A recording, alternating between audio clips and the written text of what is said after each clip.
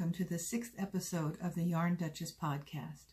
My name is Amy, and I'm coming to you from beautiful Colorado Springs, Colorado. It is the first week of July. It's been about 5 or 6 weeks since I podcast last. June just flew by, but I got a lot of knitting done. I visited the Estes Park Wool Market and did a lot of work in our backyard, getting new shrubs and trees planted. Like I said in our earlier podcast, we've only been in our house for about 1.5 years, so we're just getting to working on our backyard and making it all pretty and green.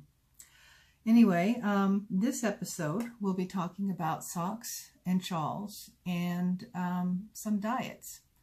So I know, 4-letter word, but oh well, it's a topic. Anyway, to start, I'm going to be sharing some of my finished objects with you. The first of which is a pair of socks that I made for my husband. These are the blue socks in Zauberball. And the last time I shared the socks with you, I had just finished this one, and I was talking about how when I had done it's a toe-up sock, sorry. It's a toe-up sock, and I did a German short row heel. And in doing the German short row heel, when the yarn changed color, I ended up with this stripe right here. Now, I wasn't real crazy about that, but you can see that there's some very significant yarn color changes even in the regular knitting part of the sock. The second sock came out a little bit better. The placement of the yarn change led to a more subtle difference when I joined up, finishing up the heel to the rest of the sock. Now, earlier I had talked about that I was trying different types of sock patterns and trying to see which ones that I liked the best. And I started off with a cuff down sock, and I was working on the heel flap and gusset heel, and then I tried the Kitchener stitch on the toe, and I also tried the cinched toe. And honestly, I don't much care for the Kitchener stitch toe, only because it is kind of fiddly. I mean, I always have to pull up a tutorial in order to make that toe. The cinched toe was nice. I haven't actually tried on the socks. I've heard from other podcasters that it can leave kind of a bump that can be irritating at the foot of the toe or at the toe of the toe. But I really liked the Judy's Magic Cast On. I tried that for the first time a few socks back, and I really like that one the best so far. As for the body of the sock, I've primarily been using a 3x1 rib, which I like the way it kind of hugs the leg but has some give for stretching out to fit. But mostly I've been looking at heels, and the heel flap and gusset was nice, and there wasn't a lot of picking up of stitches, but it didn't fit my foot very well, and my husband didn't care for it either. It felt kind of loose around the heel. We don't have really large heels apparently, and or a very high instep. And so I tried the Afterthought heel, and I really didn't like that one, mostly because it was picking up 60 stitches or 64 stitches depending on the size of the sock. So, and then also picking out the stitching that held that space open for when you went back to pick up the stitches. So German short row I like the best. It fits nicely, it looks really nice, and it's just so easy to do. And so my next step on the German short row is to try a contrasting heel and toe on the sock. But going back to the German short row, the Craftsy has a series that the Grocery Girls host called Off Your Needles. I think it's Off Your Needles. Anyway, they had done recently comparison of the different types of short rows that you could do. And honestly, I didn't much care for short rows when I first learned how to do them because it was the wrap and turn method. And after learning the German short row, I have no problem doing short rows. In fact, I really look forward to doing short rows. So if you haven't tried the German short row, give it a try. It's a wonderfully easy stitch. And I have I think I put on my last podcast, there was a tutorial from Crafthouse Magic where she talks about, or she gives you a complete tutorial on knitting the toe-up sock and the heel, and then the sewn bind-off, which I also used on this pair of socks. So that is one pair of socks down. I have another work in progress. I have one completed sock. This one is for my son. Once again, it's the Zauberball in the exact same toe-up, German short row heel, 3x1 rib, and then a 2x2 rib to finish off. So that one is done. Second one is halfway done. And then this sock, I tried something a little bit different. Couple things different. I did the toe-up, Judy's Magic cast on for the toe-up. Once again, I did the German short row heel, but I did the body, texture is Hermione's everyday sock. So I just wanted to do something a little bit different than the 3x1 rib. And this yarn is a yarn that I picked up at Yarn Fest a couple months ago, and it's a new to me vendor. This was Two Guys Yarn Company, and this is a Two Guys Yarn Company. I don't know if you can see this, Taming the Rainbow, and this particular color is called Woodland Sage, and the base is called Tweedy Toes. So it is an 85% superwash BFL, 15% Donegal Nep, about 435 yards. Now, this is my first time knitting with a tweed. I have seen other tweeds, not in a fingering weight, but I have seen other tweeds where the neps were actually twisted into the fiber, and I don't know if it's because this is such a fine fiber or what, but you see the neps are just kind of hanging off the yarn, not really twisted into the fiber. So I'm not sure how the neps are going to hold up, and there seems to be quite a bit of halo that I wasn't expecting to on a BFL. But we'll see how this wears, because I did buy another skein that I was going to make a pair of socks for my husband. And but I just wanted to try the tweed, and I love this color green. This is my favorite color green. So that's it on the socks, on the finished objects anyway. I thought I was going to have another finished object for you. You may remember that I was working on the harmonized shawl. And this is a Craftsy kit that I ordered a while back, and the pattern is by Romy Hill.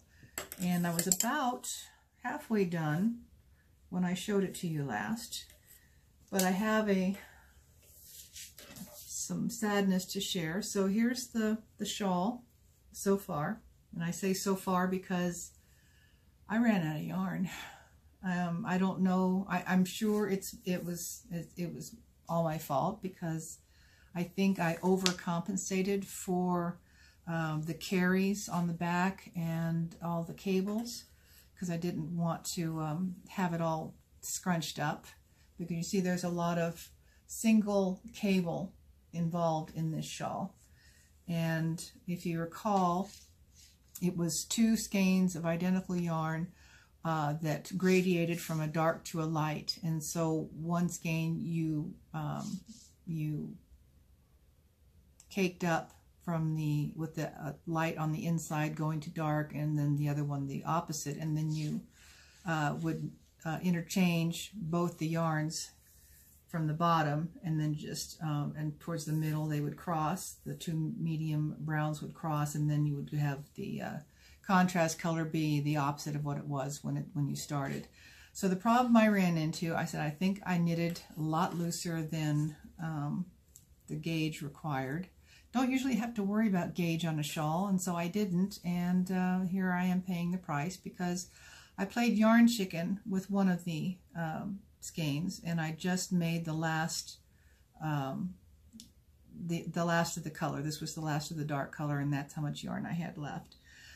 Problem is now I have, if you look at this pattern again, I have about 2 or 3 inches of the light color to finish off the shawl, and that's how far I got. And where's my yarn? I only have this much yarn left, so I don't think I can even get across another row, much less another 2 or 3 inches. So here's my dilemma. Maybe you can offer some suggestions. I have 3 options here. I can either see if I can order another skein of yarn and just use the light color to finish off the shawl. I can take the shawl apart and re-knit it, or I can just stop the shawl right here. And I'm not real keen on stopping the shawl because that last couple of inches of the light color really kind of finishes off the shawl for me. So, and I really don't have a problem with taking this apart and doing it again because I think it's an absolutely beautiful shawl and totally worth the effort, but I don't know that I want to do it right now. It may be a project that goes into the timeout pile. I have a couple of other projects in there already, and this was not a gift, this was for me, so I could very easily just say I'll come back to it after I finish my Christmas knitting. And yes, I did say Christmas knitting. It is July, and I'm starting on my Christmas knitting, so I have all of my projects ready to go, and so I'm thinking that, yeah, I'll start off the new year with my timeout pile, with the exception of one. If you watched my first podcast, I was working on a sweater for my husband that I had started about 7 years ago, and got pretty upset when we tried it on and found out that the sleeves were just way too large for him. So I took the sleeve apart and I took out some stitches and then tried knitting it again and found out I'd taken out too many stitches, so I took it apart again, and I have been working on it on and off. I thought maybe I would have it ready for him for his birthday, but life got in the way, so I'm thinking that I will try again and aim for a Christmas present. So it'll be 8 years. It'll be the 8-year sweater when I finally give it to him. So anyway, forgot to start my timer because I only have 30 minutes to record before my camera decides to stop. So I'm going to figure I've gone about maybe 7 or 8 minutes and add that on later. So anyway, so that's my my shawl fail for now, but I will come back to it. But I do have a couple of other shawls that I'm working on that I'd like to share with you now. First off, actually, let me make sure I have the right bag. I have some bags and shawls to share with you. So my first one in this bag here, this is a recent purchase that I got. Let me see if I can find it. This one is just the black and cream floral bag. It's by LunaStitch, and I got this off of Fibercrafty. So it's a nice medium-sized bag. Before I had bought a couple of these bags from By the Bay, I believe it is. Yeah, By the Bay Yarn Company.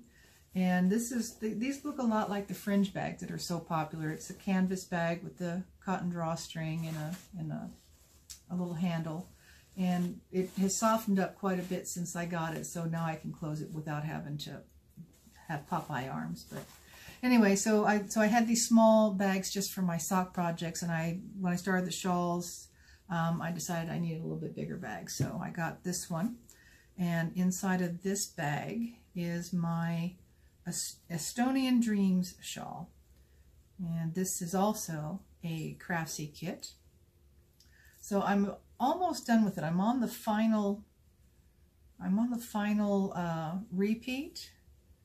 And of course, you know, that's the thing with yarn lace projects. They look kind of tiny and crumpled and don't look like much of anything until you've blocked them. And so I'm looking forward to blocking it.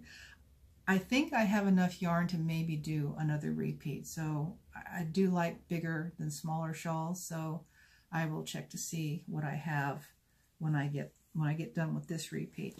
And I wanted to also mention, with this shawl and the one that I'm going to show you next, I am using my new wooden Chowgu needles. And I just love these needles. It's made out of a nice, I've always knitted with bamboo needles, and the bamboo tips were much rounder. And this has got a really nice sharp tip, and it's a nice smooth hardwood. And of course, it's got the nice Chowgu cables that don't retain all that twist, so you don't have to fight with them. And anyway, just love these Chowgus, the wooden ones. They're probably just as sharp as a lot of the metal needles.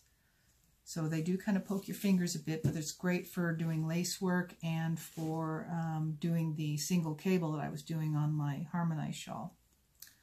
And then my other shawl is in my another new acquisition. It's my Harry Potter Marauder's map bag, another medium-sized bag. And I got this one from TwinkleNTwighlight on Etsy. And inside of this one, so it has an interesting side pocket. It kind of goes at an angle. I don't know if that's for maybe a crochet hook, or because it's not real wide, so I can't think of anything else that would go in there. And then it's got a couple of the other pockets here, a fairly wide one, and then another wide one, and then, well, I thought I had, nope, they're all wide ones. I guess I'm thinking of another bag that had more of a thinner pocket for crochet hooks or cable needles or whatever. So inside this bag, I have I believe it's where did I put my notes? It's the Lonely Tree by Soft Sweater. Oh, the Estonian Dream shawl was a Craftsy kit, and the designer was Judy Maples. And this one is called the Lonely Tree by Soft Sweater, and this is a free Ravelry pattern. And the reason that I decided to start this one is that this is actually a worsted weight shawl. My fingers were getting a little cramped from doing socks, and the Estonian Dream shawl is also a lace weight, sock weight, fingering weight shawl. So I needed something just a little bit larger to give my hands a rest. And I had been watching Skeindeer Knits, and she had knitted a shawl that was very similar to this, and I thought that looks familiar. And I looked up on my yarn pattern collection, my pattern collection, and found this shawl in my favorites. And so I thought I'll make this one instead of buying another pattern, which leads me to the diets that I was talking about. So I've been hearing a lot lately about people going on yarn diets, and I'm sure that just is not really great news for indie yarn dyers to hear that people are going to limit their purchases, but I'm not going to be one of those people. I think the diet that I need to go on is a pattern diet. I started collecting patterns years ago, before Ravelry and before Pinterest. And I have a folder on my computer that has probably 500 patterns on it. I just would comb the internet, find a pattern. Sometimes I would just save an electronic copy. I had them all organized into subcategories like sweaters and socks and mittens and hats and so forth and so on. But I'm a visual person, and it was really hard for me to go in and say, okay, I want to knit a sweater, and then I'd have like 50 patterns to choose from, and I would have to go through and click on each and every pattern to find a picture of the pattern that I wanted to make. And so I knew everything in there was something I liked, but having a specific pattern to find, it just was very time consuming to open up each file just to see a picture of what that sweater would look like. And so Pinterest was really nice when it came out, because I could organize the photos of the projects that I want to work on and just skim through and see what I wanted to make, and then go in and find out, the needles and the yarn that I needed. And Ravelry, too, offers that. They've made some tweaks lately to where I was putting everything in my library, whether I purchased it or not. And that was nice, except that when I would realize that I had all of these patterns and I didn't know whether or not I had bought them or not. And so now I put everything in my favorites, and when I get and that was another thing, I would buy patterns to put them in my library, and then I'd go back later and go, I don't really like that as much as I did when I first put it in my library. So now I'm favoriting a lot of things, and then when I actually get around to knitting it, I will buy it and then put it in my library. So I have some house cleaning to do on my Ravelry page.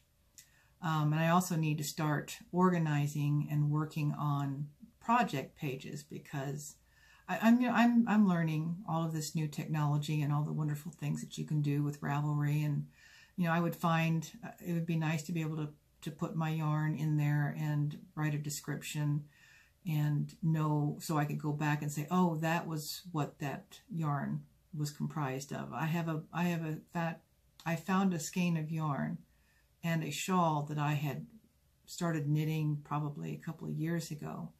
And I decided that, in fact, it's right here. I will grab it. I think I know where I bought this from. This is a really pretty yarn. It's very soft. I'm pretty sure it's merino, but I'm thinking it might have some silk in it. I'm not 100% sure. I don't think it has nylon. But I started knitting this pattern, and I really couldn't even tell you what pattern it is. Maybe you recognize it. I don't think it's finished, although it looks like I did bind off. So yeah, I think I didn't like it because it was so small. So, and then I have all this yarn left. And so I'm going to take this apart, and I have another shawl that I think will really lend itself nicely to this yarn. But I don't know what kind of yarn it is. And if I make a shawl, I guess it doesn't really matter. But it would be nice to know. And I have some other projects, some older projects, where I wish that I knew, what the colorway was, what the content was, even what the pattern was. So I'm going to try to do better about being organized on Ravelry. And speaking of Ravelry, I was thinking also that I might have to open up a group page and have, because when I started the YouTube podcast, I was looking at, being part of a community and having, being able to interact with my viewers. And I've been able to interact with you through comments, and we've talked back and forth, and even a few emails. But I've found out that on YouTube, you can't really post pictures, and I really would like to see some of the projects that you're working on. So I'm thinking that probably I would have to do a Ravelry page in order to have you be able to post pictures. I guess you could email them to me in the meantime while I learn another technical skill. But that's something I plan on working on. So yeah, so that's that. Oh, and then the other diet that I was talking about was, I don't know if you can tell or not, but I have lost some weight. I'm down 11 pounds now since last month. And I thought it was time. As you know, I lost my son a little over a year ago, and I was doing a lot of emotional eating, and I was putting on the weight, and most importantly, I was feeling really bad. And so when you feel bad, you know, at least I would eat emotionally to comfort food, and then the comfort food would make me feel bad. So it was just a vicious cycle. And so I decided to, one day when I felt like I was emotionally ready, I just said, okay, it's time for me to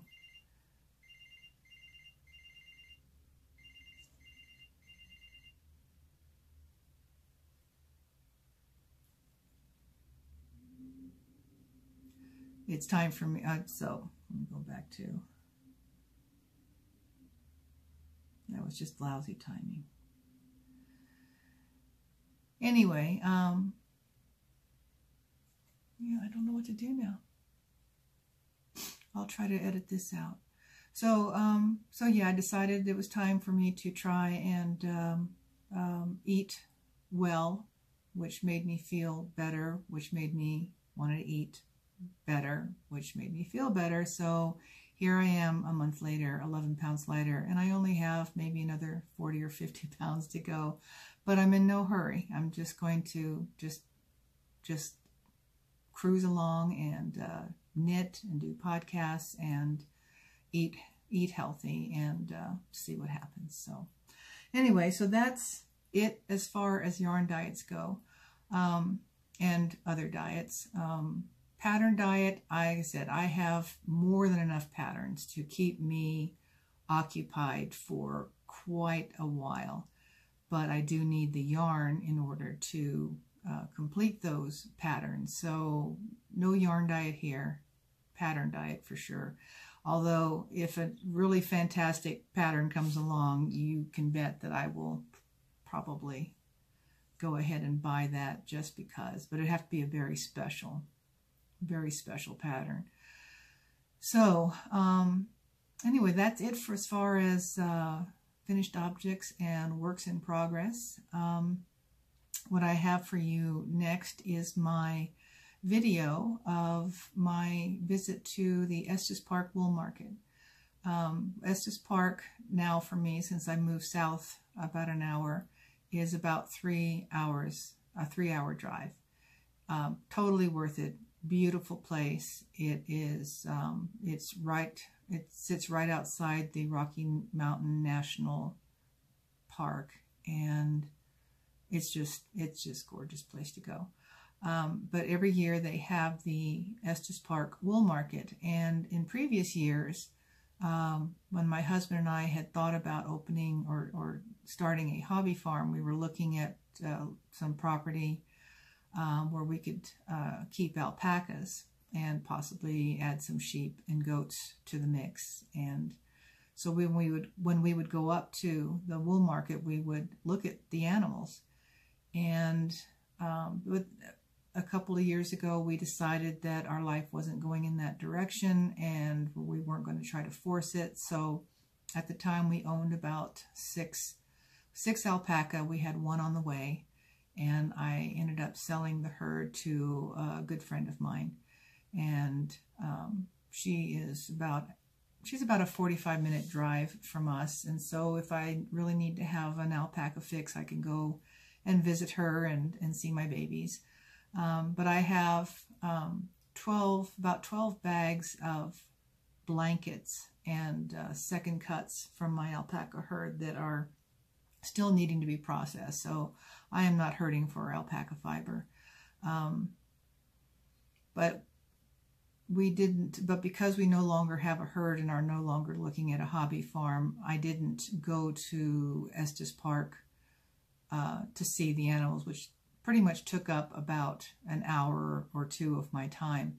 So I headed straight to the, well, I did pass through the goat barn, but then I went straight to the marketplace where I found some wonderful acquisitions that I will share with you after the video.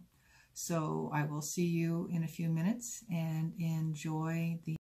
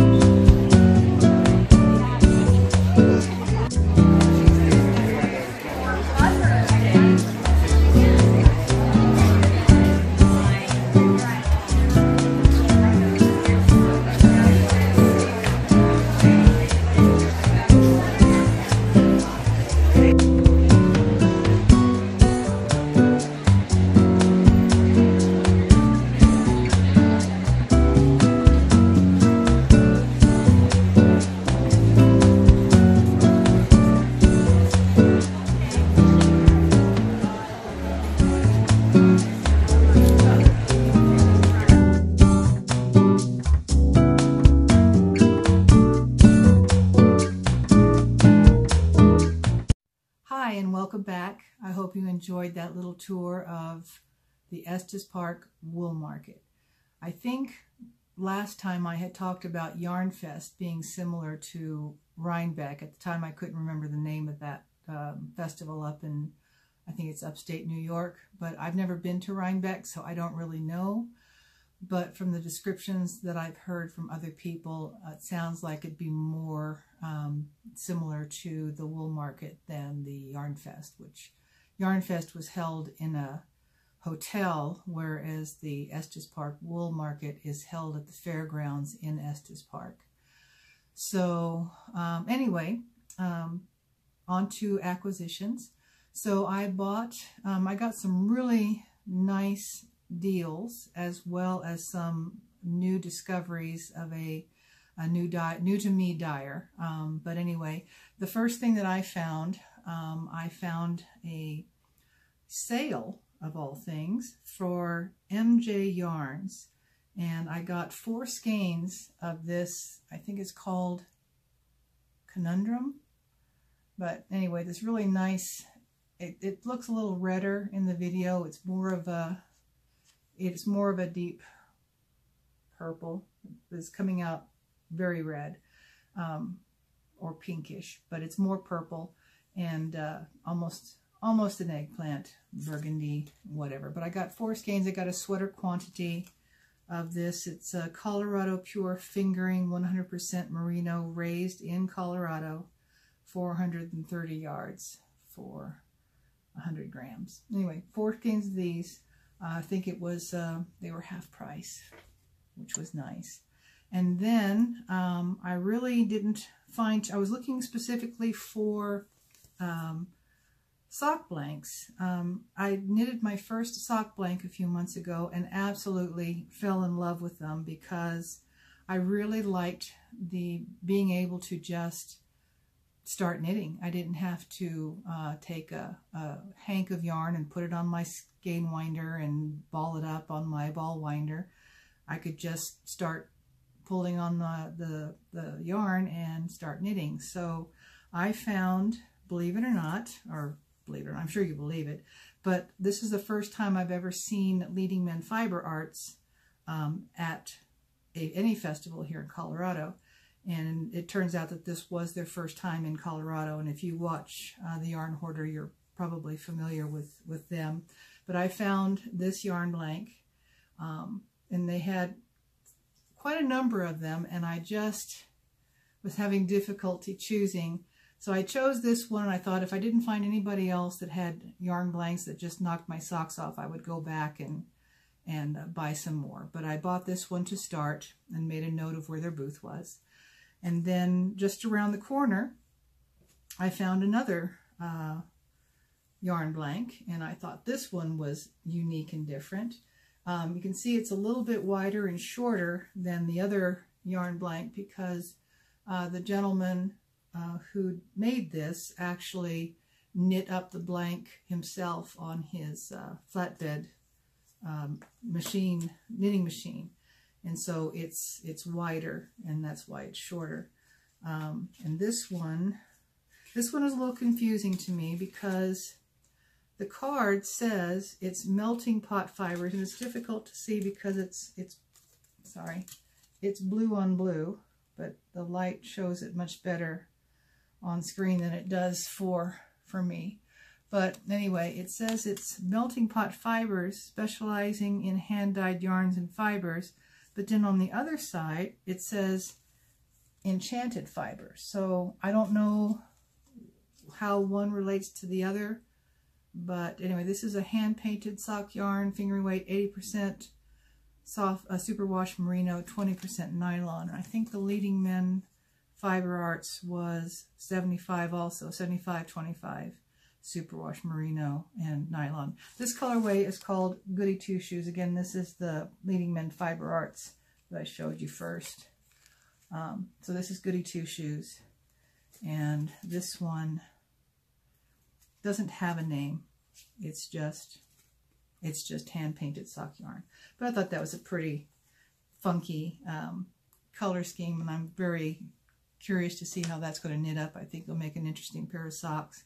So I didn't do too much else in the way of purchases other than I did find the lotion that I was looking for at the Yarn Fest. And this is a goat's milk lotion, and it's made by Dawn Till Dusk, and it's gifts from the farm.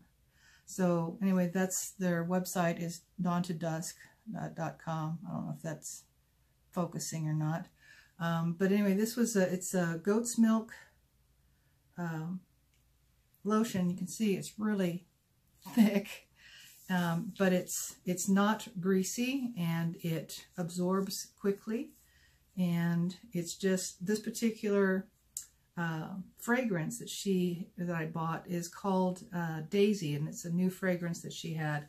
And the thing about goat's milk that you have to be careful of is that it has a short shelf life. It only lasts about 6 months, so you have to use it right away. But it absorbs quickly, like I said, and it's not sticky or greasy, and I really like it for preparing to spin, especially in this dry Colorado climate that we have. It's dry even in the summertime unless you get a rainstorm, and then the moisture goes up for about a couple hours after, and then it goes back down again. So anyway, I was really happy to find this lotion. And then right after finding the lotion, I found this amazing booth. It was on the last aisle that I went down, and I went nuts. So I have to tell you about this particular fiber artist.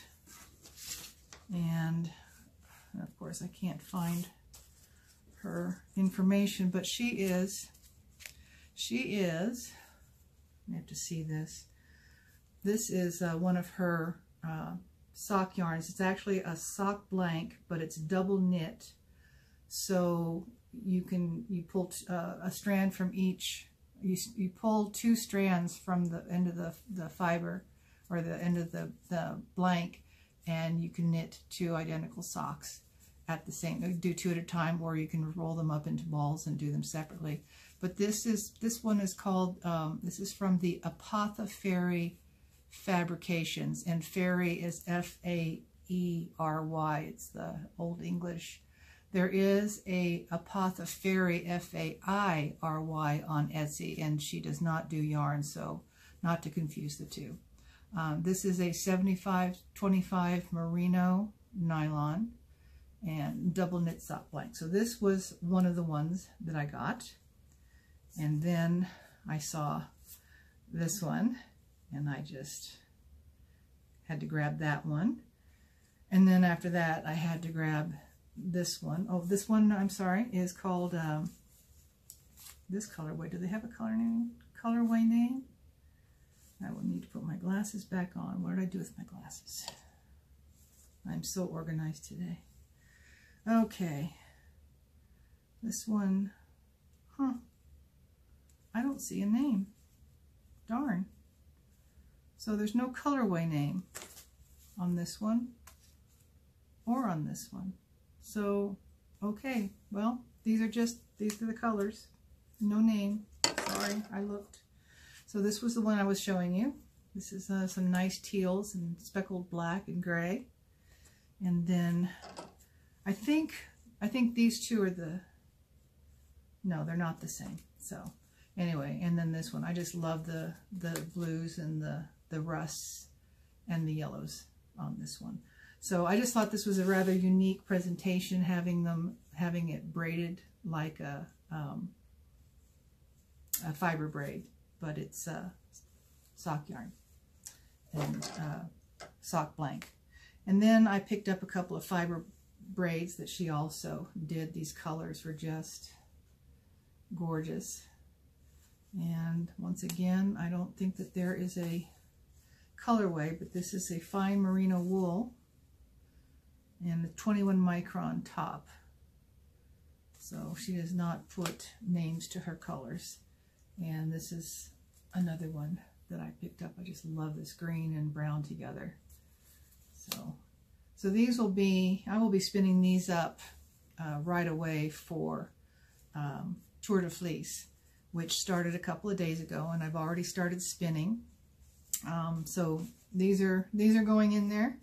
And then I have already spun up, I think I shared this before, I have already spun up my braid from the 100th sheep. This was a braid that was speckled. I'd never seen a speckled fiber braid before, so I was really curious to see how it spun up, and I really liked it. And so I've got this, and I've spun up the whole braid, so I can't show you what the braid looked like before. I put up a picture, or I will put up a picture for you to see. But then this was the second braid. I bought it at the same time. This is also from the 100th sheep, and I've already kind of broken this braid down a little bit and have started spinning, and this is what that is spinning into. So I was thinking about possibly plying the two together, or chain plying or Navajo plying each of these separately. I haven't decided.